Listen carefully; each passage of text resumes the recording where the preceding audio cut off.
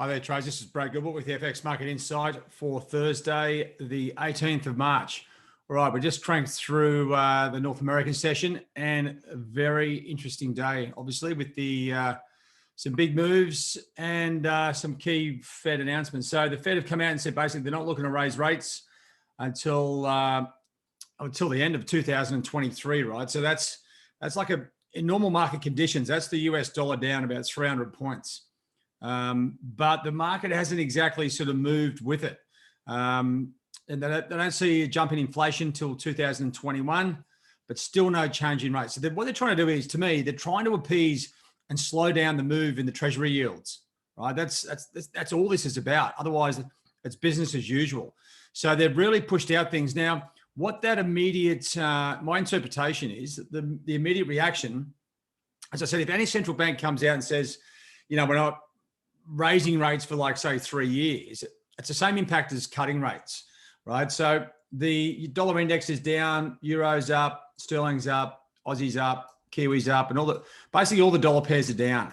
Okay, dollar yen hasn't gone very far at all, and this supports the view or the current trend in dollar CAD, what I was talking about yesterday. So this is the immediate short-term reaction, but when you come back and weigh this up against the longer picture, long-term stuff, US Treasury yields are still rocking to the top side, right? So when you are looking at these, this is a long-term structure, right? If the yields go up, local offshore investors are going to rush into the dollar, and the dollar is going to rally very aggressively.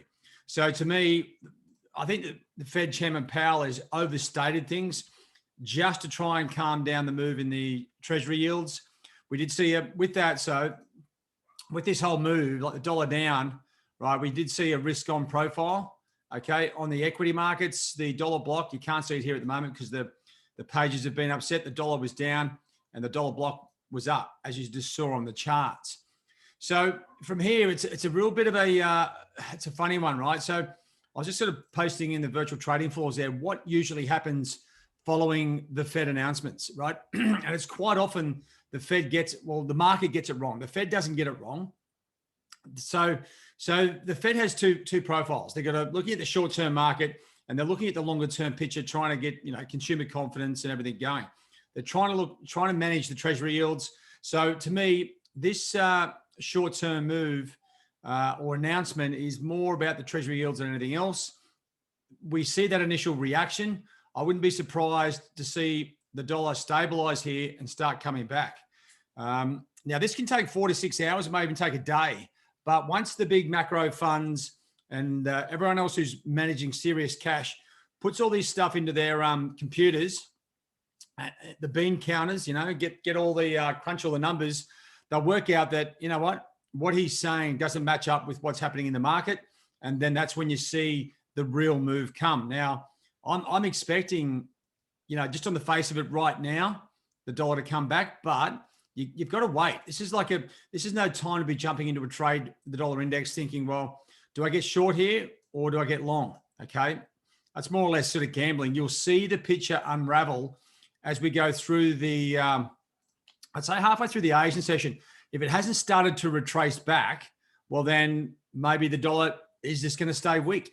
But I tell you what, if the US economy is weak and it doesn't bode well for international interest rates, if they're sort of talking no rate hikes until like 2024. So at the moment, like these moves too, don't forget, they've just come out and said they're not raising rates for at least a couple of years. Euros, there's a little bit of a gap here in euro, but it's up about 70 points. That's not much in the big scheme of things. A big central bank announcement like this, it's almost like, well, these moves are tiny, right? So just bear with it, give it a chance. I'm thinking that, this is done. I think the move is overdone. Unless there's some confirmation or there's some extra explanation around what's going on, I think we'll see, or potentially, maybe I'm just getting dollar signs in my eyes. I think we might see the dollar start to move back the other way, and we'll see these things retrace. Now, I don't think it's like a massive dollar rally situation, right? Don't get me wrong. This is more a situation of, the current move was wrong. it retraces back, and then we start sort of grinding out again, looking at the sort of macroeconomic numbers. The other thing to look at as well, let's see what screen I'm on, is I mean, besides the Fed coming out, there was some inflation numbers here out of Canada, pretty weak, right? The Bank of Canada core inflation numbers. So that doesn't really bode well for, well, not bode well for dollar CAD, but it doesn't really add extra pressure to the downside. So this move down in dollar CAD is really just dollar related, not CAD related. So just keep an eye on dollar CAD as well. It is sort of, it's in such a solid sort of down move. Excuse me. You know, what you can start to see is the market gets super short. We might even see a bit of a squeeze in this thing over, you know, it probably looks like by the early next week, maybe next week sometime, depending on how the data rolls. But anyway, that's where we are at the moment. We're in sort of a bit of no man's land, and we're trying to navigate the implications for what the Fed said. What do they mean short-term, long-term? Where does the dollar go from here?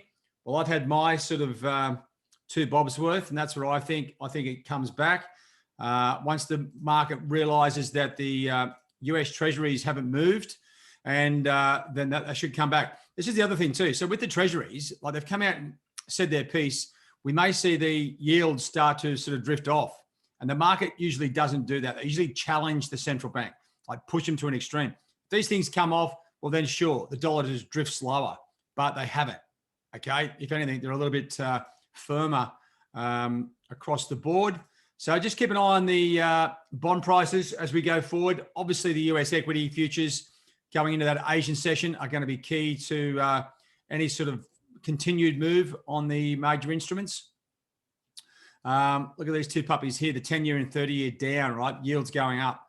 So that's what I'm sort of talking about. The short-term dates, yeah, the price is going up, yields are falling, but it's, you know, it's one of those, we're in the balance.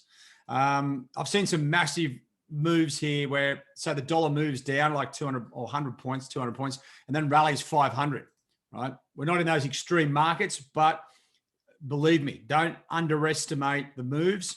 We could also, you know, you can potentially see the dollar down another 100 points, but you need the market to sort of tell us, and where we will see that is from looking at like this page here, right? It has a lot of data on it. You got to know how to read this stuff, whether it's the, you know, the equity futures, you're looking at the treasury bonds, and then you're looking at the impact on the major pairs as well. Anyway, get into the courses. If you don't understand what I'm talking about, jump into our online courses in the workshop. You'll quickly get an understanding of what's happening in the market and where the cash is. All right, guys, have a good one. All the very best. Cheerio.